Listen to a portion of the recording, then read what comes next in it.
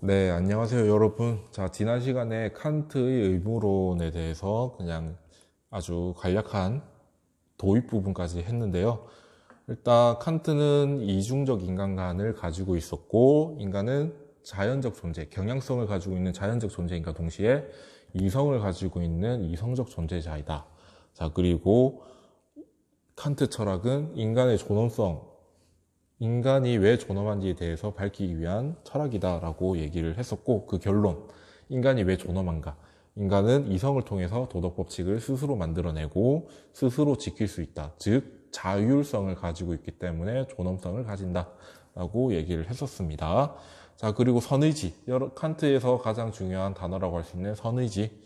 선의지라는 것은 어떤 행위가 옳다라는 이유만으로 그 행위를 하고자 하는 의지 라고 얘기를 했었습니다. 자, 그리고 선의지만이 항상 유일하게 무조건적으로 선하다라고 얘기를 했었죠. 그리고 또 선생님이 기억이 나는 게 도덕 법칙까지 했었는데, 도덕 법칙이라는 것은 이성적 존재가 따라야 할 절대적이고 보편타당한 실천 법칙이라는 거. 자, 인간이 이성을 통해서 스스로 만들어내고 그 스스로 만들어낸 법칙을 인간 스스로 자기 자신에게 부과하고 스스로 실천하는 것. 그래야 되고, 또 명령으로 나타나고 인간에게는 의무로서 주어진다라고 얘기를 했었습니다. 자, 그러면 오늘은 정언명령에 대해서 한번 얘기를 해야 되겠네요. 정언명령.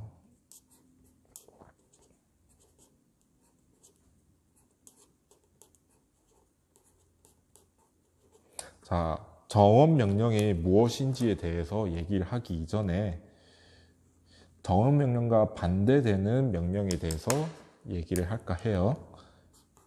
자, 정언명령과 반대되는 이제 명령은 가언명령이라는 것이 있습니다.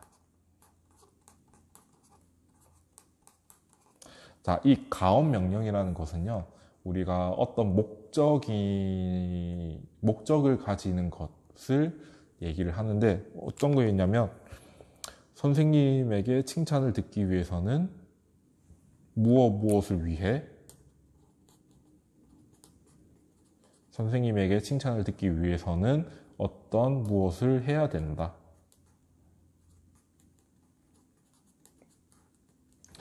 성적을 잘 받기 위해서는 공부를 열심히 해야 된다. 뭐 이런 것들이 있죠. 어떤 조건이 붙는 거. 이 조건을 달성하기 위해서 무엇을 해야 한다라는 명령으로 주어지는 것을 가언명령이라고 얘기를 합니다. 자, 반면에 이 정언명령이라는 것은요, 이 무엇을 위해라는 것이 빠져 있습니다. 단지 마땅히 무엇을 해야 한다 라고만 얘기하는 것이 정언명령입니다. 그러면 정언명령은 어떤 목적을 달성하기 위해서라는 조건도 없어지고요. 조건도 없어지죠. 내가 이렇기 때문에 이렇게 할 수밖에 없다라는 그런 조건들도 다 없어지는 거죠. 그래서 정언명령 학습지를 보면 어떤 조건이나 목적에 상관없이 반드시 무엇을 하라라는 형식을 가지는 무조건적 명령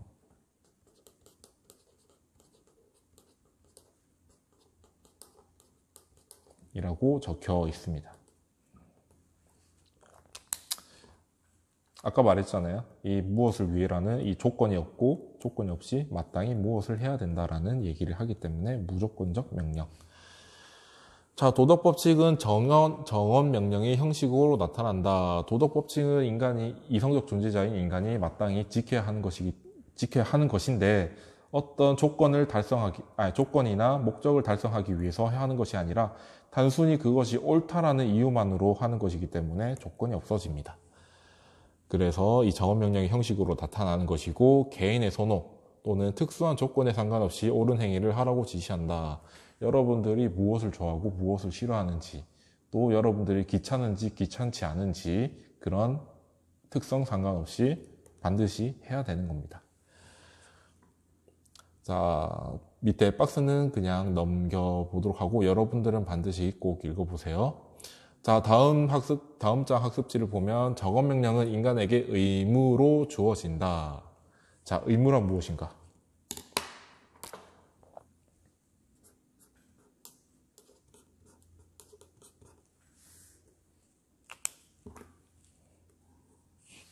자, 의무란 도덕 법칙에 대한 존경심 때문에 도덕 법칙이 명령하는 바를 실천하지 않을 수 없는 것. 쉽게 말해서 실천할 수밖에 없는 것.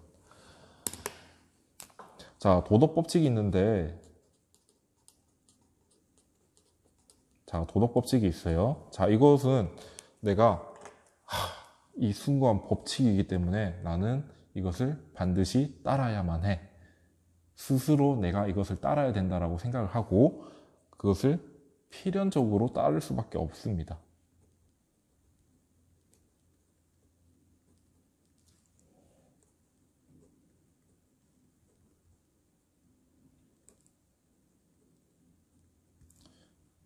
왜? 법칙이란 것은 굉장히 대단하고 숭고한 것이기 때문에 우리가 존경심을 가질 수밖에 없거든요.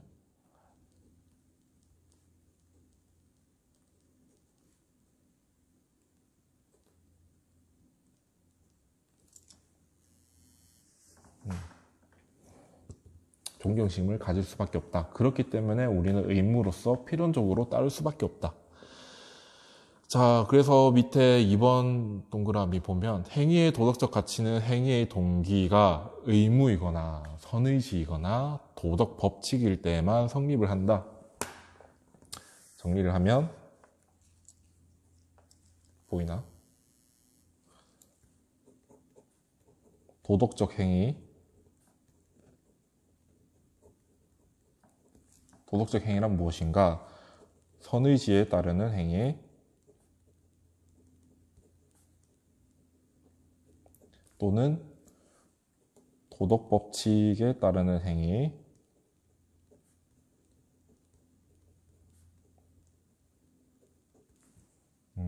또는 의무로부터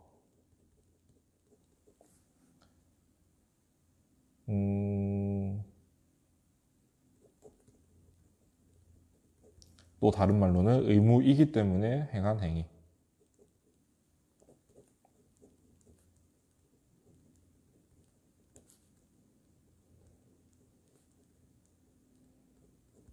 이렇게 얘기를 할 수 있습니다. 보면 동기가 다 선의지 또는 도덕법칙 또는 의무 이렇게 나와 있죠. 자, 그런데 지난 시간에 했듯이 의무와 일치하는 행위는 도덕적 행위라고 볼 수 없다. 왜냐하면 그 행동은 선의지로부터 나왔는지 아니면 악한 의지로부터 나왔는지 알 수 없기 때문에. 그래서 도덕 법칙과 일치하는 행위는 도덕적 행위라고 볼 수 없다. 여러분, 방금 말 도덕 법칙이 아니라 의무와 일치하는 행위라고 얘기를 해야 되겠습니다. 의무와 일치하는 행위는 도덕적 행위가 아니다. 자, 그래서 또 보면 어떤 조건이나 목적을 달성하기 위한 행위는 무조건적으로 선하다고 할 수 없다. 그런 행위는 조건이나 목적이 사라지면 존재하지 않을 행위로서 우연적 행위에 불과하다. 예를 들어서 여러분들이 가지고 있는 경향성이 있잖아요. 그 경향성에 따르는 행위는 여러분들이 나쁜 행위를 하게 할 수도 있습니다. 예를 들어서 여러분들이 정말 예쁜 가방 또는 명품 가방을 갖고 싶은데 돈이 없잖아요. 자, 여러분들은 명품 가방을 갖고 싶다라는 경향성이 있는데 그 경향성에 따르는 행동은 필연적으로 그 가방을 훔친다거나 아니면 빼앗는다거나 이런 상황을 만들어낼 수도 있잖아요. 자, 그렇기 때문에 경향성은 도덕적으로 옳지 않은 행동을 만들어낼 수도 있고 그래서 경향성에 따른 행동은 도덕적 행위라고 할 수 없습니다. 자, 박스 봅시다. 의무는 도덕 법칙에 대한 존경심으로부터 비롯한 필연적인 행위이다. 순수한 법칙 그 자체만이 존경의 대상이 될 수 있고 명령이 될 수 있다. 의무로부터의 행위는 경향성의 영향 및 경향성에 따르는 의지의 대상들을 모두 제거해야 된다. 경향성을 제거해야 된다라는 얘기를 하고 있습니다. 자, 적언 명령이 정식이라고 되어 있는데요. 이 정식이라는 것은 어떤 틀이라고 생각을 하면 되겠습니다.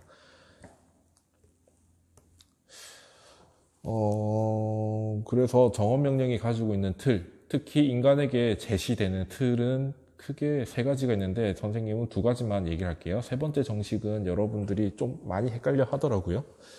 이 두 가지만 알고 있으면 여러분들 칸트 철학을 이해했다라고 생각할 수 있습니다. 자, 첫 번째, 보편화 정식이 나와 있습니다. 자, 이건 무슨 내용을 담고 있냐면요. 보편 법칙이 되기 위해서는 모든 사람들이 받아들일 수 있어야 된다라는 보편화 가능성에 대한 얘기입니다.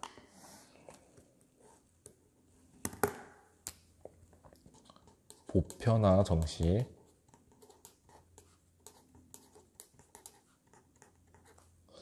보편화 가능성을 검토해야 된다. 자, 예를 들어서 여러분들이 스스로 나름의 규칙을 가지고 있을 수는 있습니다. 자, 여러분들 나름대로 만들어낸 규칙을 이제 칸트는 준칙이라고 얘기를 하거든요.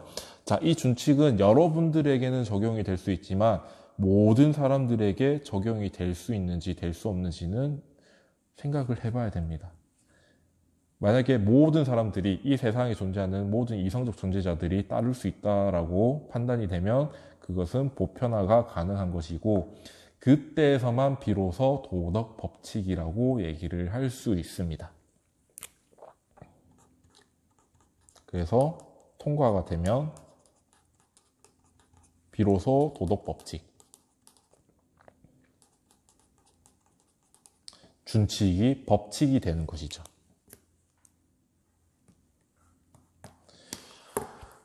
자, 그래서 박스 이것도 굉장히 유명한 구절이고 중요한 구절이고 만약에 윤리와 사상이나 생활과 윤리 모의고사나 수능을 선택한다면 이 구절은 자주 보게 될 겁니다.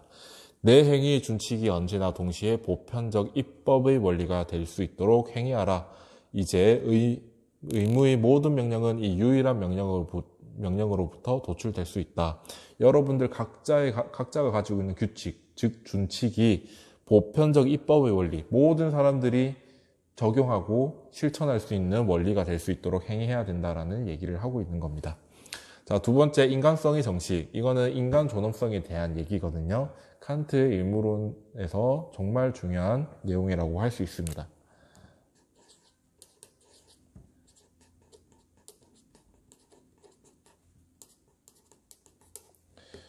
자, 요약하자면 여러분들이 인간, 다른 사람을 대우할 때 수단으로서만 대우하지 말고 항상 동시에 그 사람의 인격을 존중하고 목적으로서 대우하라라는 얘기가 됩니다. 이거는 좀 따로 칸을 배부를 해야 되겠네요. 자, 일단 인격이라는 것에 대해서 나와야 될 것 같은데요. 자, 여러분들은 모두 인간은 인격을 가지고 있다라고 얘기를 하죠. 자, 그런데 이 인격이라는 건 자율성을 가지고 있는 존재를 얘기하고요. 자, 이 자율성은 아까 계속 얘기했듯이 스스로 도덕법칙을 세우고 입법 그리고 스스로 따르는 것을 얘기한다 하죠. 그래서 이거 입법하고 스스로 따른 스스스가 아니야.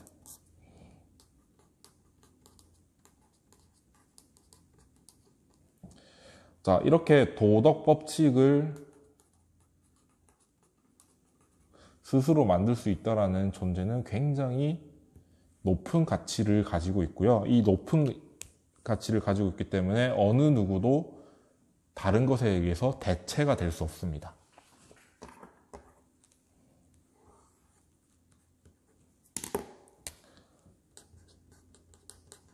다른 것에 의해서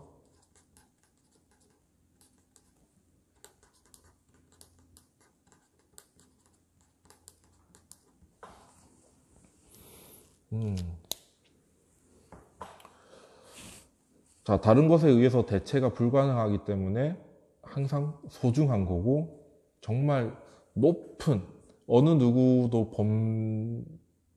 범할 수 없는 높은 가치를 가지고 있는 거가 되겠죠.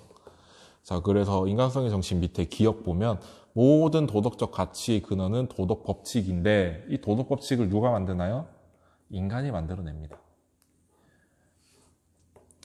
가장 도덕적 가치 중에서 도덕적 가치의 근원은 이 도덕 법칙인데, 이 도덕 법칙을 만들어내는 존재는 또 인간이죠. 그렇기 때문에 인간은 정말 다른 것에 의해서 대체 불가능할 정도로 높은 가치를 가진다는 점에서 존엄성을 가지는 거죠. 자, 도덕 법칙을 수립하는 존재인 이성적 존재는 인격으로서 그 자체로 존중받아야 하는 목적 그 자체이며 절대적인 가치를 가진다. 니은, 인격은 어떤 물건이나 돈으로 교환, 대체될 수 없는 절대적인 것. 자, 그렇기 때문에 이 인격, 도덕 법칙을 만들어내는 존엄성을 가진 인격을 항상 목적으로서 대우해야 된다. 존중해야 된다라는 것이 인간성 정식이 가지고 있는 의미입니다.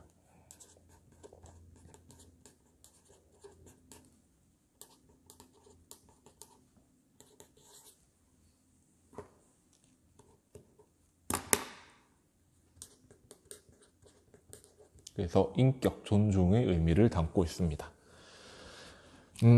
박스 한번 같이 읽어보면 좋을 것 같아요. 자, 경향성의 모든 대상은 단지 조건적 가치만을 갖는다. 경향성의 모든 대상, 여러분들 맛있는 거, 예쁜 거, 또는 여러분들이 갖고 싶어하는 모든 것들, 그런 것들은 조건적인 가치만을 갖는다. 만약 경향성과 그것에 기초한 필요가 없다면 그 경향성의 대상은 아무런 가치를 가지지 못한다. 여러분들이 그 대상에 아무런 경향성을 가지지 못하면 그거는 아무 쓸모가 없는 거잖아요. 내가 저 가방이 정말 이쁜데 저 가방을 갖고 싶다라는 생각이 들지 않는다면, 욕구가 없다면 그 가방은 여러분들에게 의미가 없는 겁니다. 자, 이성이 없는 존재는 단지 수단으로서 상대적인 가치만을 가지며, 이 구절은 여러분들 생활을 윤리하는 친구들은 꼭 기억을 해두세요. 이성이 없는 존재는 단지 수단으로서의 상대적 가치만을 가지며, 그래서 물건들이라 불린다. 그에 반해 이성적 존재는 인격이라 불린다. 왜냐하면 인격은 그것의 본성상 스스로 이미 목적 그 자체로, 다시 말해 단순히 수단으로 사용되어서는 안 되는 것으로 특징이 있고, 자, 여러분들 여기서 헷갈리는 거, 인간은 수단으로서 사용해서, 다시, 칸트는 절대로 인간은 수단으로서 사용되어서는 안 된다라고 얘기했을까요? 그것은 아닙니다. 여기 단순히 수단으로 사용되는 것, 수단으로서만 사용하는 것을 부정했을 뿐이지 수단으로서는 사용을 할 수는 있습니다. 다만 수단으로서 사용하되 동시에 존중해야 된다라는, 목적으로서 대우해야 된다라는 내용을 담고 있는 겁니다. 다시 말해 인격은 그것의 존재 그 자체가 목적이며 다른 것들은 이것을 위해 단지 수단으로서 쓰여야 할 것이다. 그래서 여기 인간성의 정식이 나옵니다. 밑줄 쳐진 부분, 너 자신과 여러분들 스스로 그리고 다른 모든 사람의 인격을 결코 단순히 수단으로서만 대하지 말고 언제나 동시에 목적으로 대하도록 행해하라. 인격을 존중해라 라는 내용을 담고 있습니다. 인간성의 정식은 여러분들 잘 와닿죠? 여러분들이 지금까지 잘 실천해왔고 우리가 보편적으로 계속 실천해야 되는 거죠. 자, 5번 자율과 자유. 자, 그래서 왜 인간은 이런 자율과 자유가 가능하느냐, 그것에 대한 내용을 담고 있습니다. 일단 자율이 무엇인가, 선생님이 계속 내용을 다루면서 자율이 무엇인지 얘기했는데 학습지 봅시다. 자기 입법. 자, 여기서 입법이라는 것은 어떤 법을 세운다라는 얘기죠. 자기 입법, 도덕 법칙을 만드는 것을 여기서는 자기 입법이라고 얘기하고, 자, 여러분 스스로 만든 도덕 법칙을 자기 자신에게 부과하죠. 여러분들이 만들고 여러분들이 따르기 위해서 스스로에게 부과합니다. 나는 이 법칙을 따라야 돼.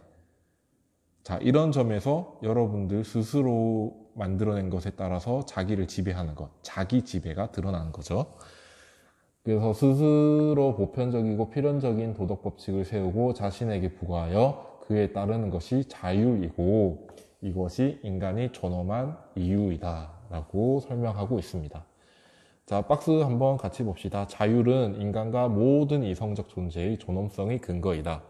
이성적 존재 자신은 한낱 수단이 아니라 모든 수단의 사용에 있어 최상의 제한 조건으로서, 다시 말해 항상 동시에 목적으로서 행위들의 모든 준칙의 근저에 놓여 있다. 말이 어려운데요. 여러분들이 기억해야 될 건 일단 존엄성의 근거는 곧 자율이다 라고 그 정도만 알면 될 것 같아요. 자, 그러면 이 자율은 어떻게 성립이 되는가? 인간은 자유롭기 때문이다. 그리고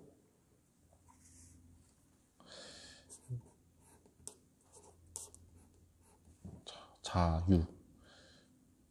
여러분들 자유라는 개념이 무엇인지에 대해서 설명하지 않더라도 여러분들은 잘 알고 있죠. 뭔가를 할 수 있고 하지 않을 수도 있다라는 그런 성향이나 특징을 자유라고 얘기를 하잖아요.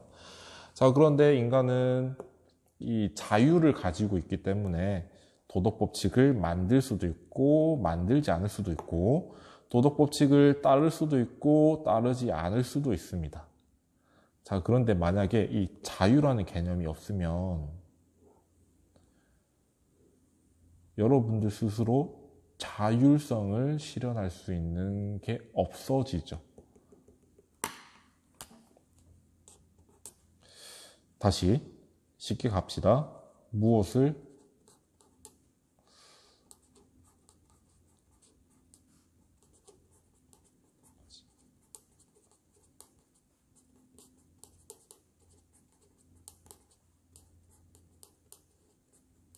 자, 이렇게 얘기를 할게요. 자유란 무엇을 하거나 하지 않을 수도 있는 가능성. 자, 그런데 만약에 자유라는 것이 없으면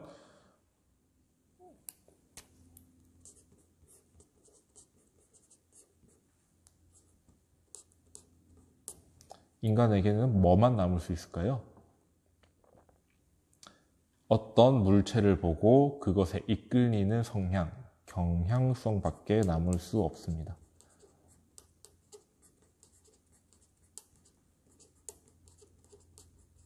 자, 그런데 선생님이 지난 시간에 얘기했듯이 경향성은 인간이 스스로 하는 것이 아니라고 얘기했죠.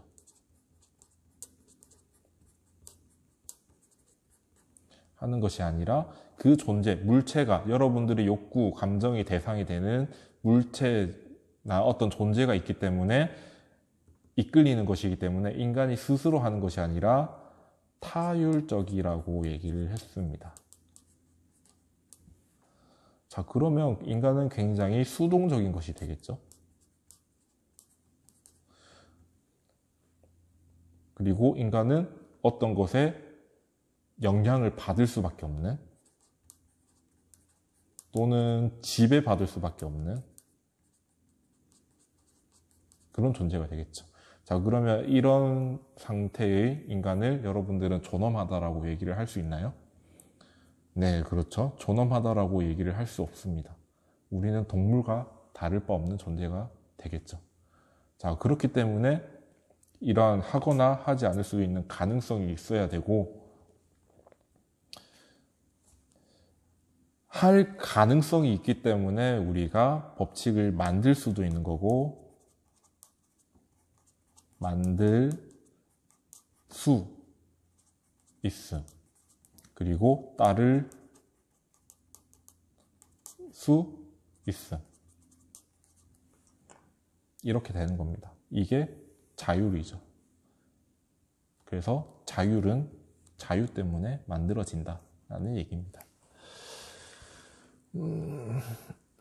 자, 학습지 봅시다. 인간이 스스로 도덕 법칙을 세우고 자신에게 부과하여 실천할 수 있는 이유는 인간의 의지가 자유롭기 때문이다. 만약 자유가 존재하지 않는다면 오직 지배를 받는 타율밖에 존재하지 않는다. 그래서 도덕적 당위나 의무가 성립할 수 없다. 그러면 동물과 다를 바 없다가 되겠죠. 자, 그래서 진정한 자유는 자율이 되어야 하는 것이고, 그러나, 자, 칸트가 생각하기에, 칸트뿐만 아니라 다른 사상가들도 마찬가지인데요. 이 자유가 어디서 나온지는 모르겠다. 물음표입니다. 또는 자유가 왜 존재하는지는 모르겠다.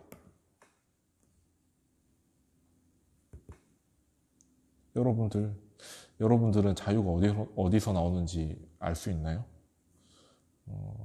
알고 있는 친구가 있다면 그 친구는 이 세계를 지배할 수 있는 사상가가 될 수 있습니다. 네.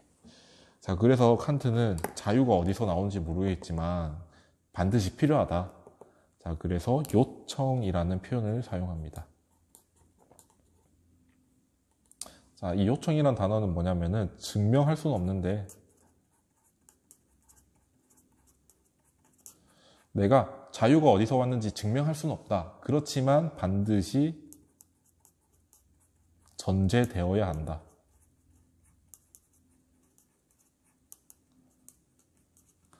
이런 의미로서 철학에서는 이 요청이라는 표현을 사용합니다. 이 요청이라는 표현은 나중에 잠시 후에 칸트가 또 사용을 하거든요. 우리 몇 분 했죠? 27분. 오늘은 여기까지만 할까요? 이번 시간에는 일단 정언 명령 했고요. 의무 했고, 정언 명령의 정식 두 가지를 했습니다. 보편화 정식, 그리고 인간 존엄성의 정식. 이 두 가지를 했고, 이 두 가지 정식은 여러분들이 꼭 기억을 해야 됩니다. 윤리학 사상을 시험을 치는 친구들은 칸트의 지문에서 굉장히 자주 출제가 되는 지문이고요. 그리고 그냥 칸트 철학을 대표하는 문장이라고 생각하면 돼요. 그 두 가지 정식은. 그리고 자율과 자유 이거 했습니다. 그리고 자유는 증명할 수 없고 요청이 된다라는 내용까지 했고, 다음 시간에는 이제 칸트가 동기주의라고 얘기를 했잖아요. 이 동기주의 그리고 의무론의 입장에서 다른 사상을 비판하는 부분이 있습니다. 그 내용부터 해서 인간이 최종적으로 도달해야 될 최고선은 무엇인지까지 내용을 하도록 하겠습니다. 아직까지 이제 생활과 윤리에서 나오는 칸트의 이제 인간과 자연의 관계, 그리고 사형제도, 미학론, 영구평화론을 할까 말까 고민 중인데요. 여러분들이 저는 칸트 사상을 다양하게 배워갔으면 하는 점에서 하고 싶은데, 일단은 여러분들에게 부담을 주는 것이 아닌지 좀 고민이 되더라고요. 공리주의에서는 여러 가지 주제를 할 수 있는데, 칸트에서 이런 주제들은 좀 너무 어렵기 때문에 할까 말까 고민 중입니다. 한번 좀 더 생각을 해보도록 하겠습니다. 그러면 오늘은 여기까지 하겠습니다. 여러분들 수고했고요. 다음 시간에 보도록 하겠습니다. 안녕.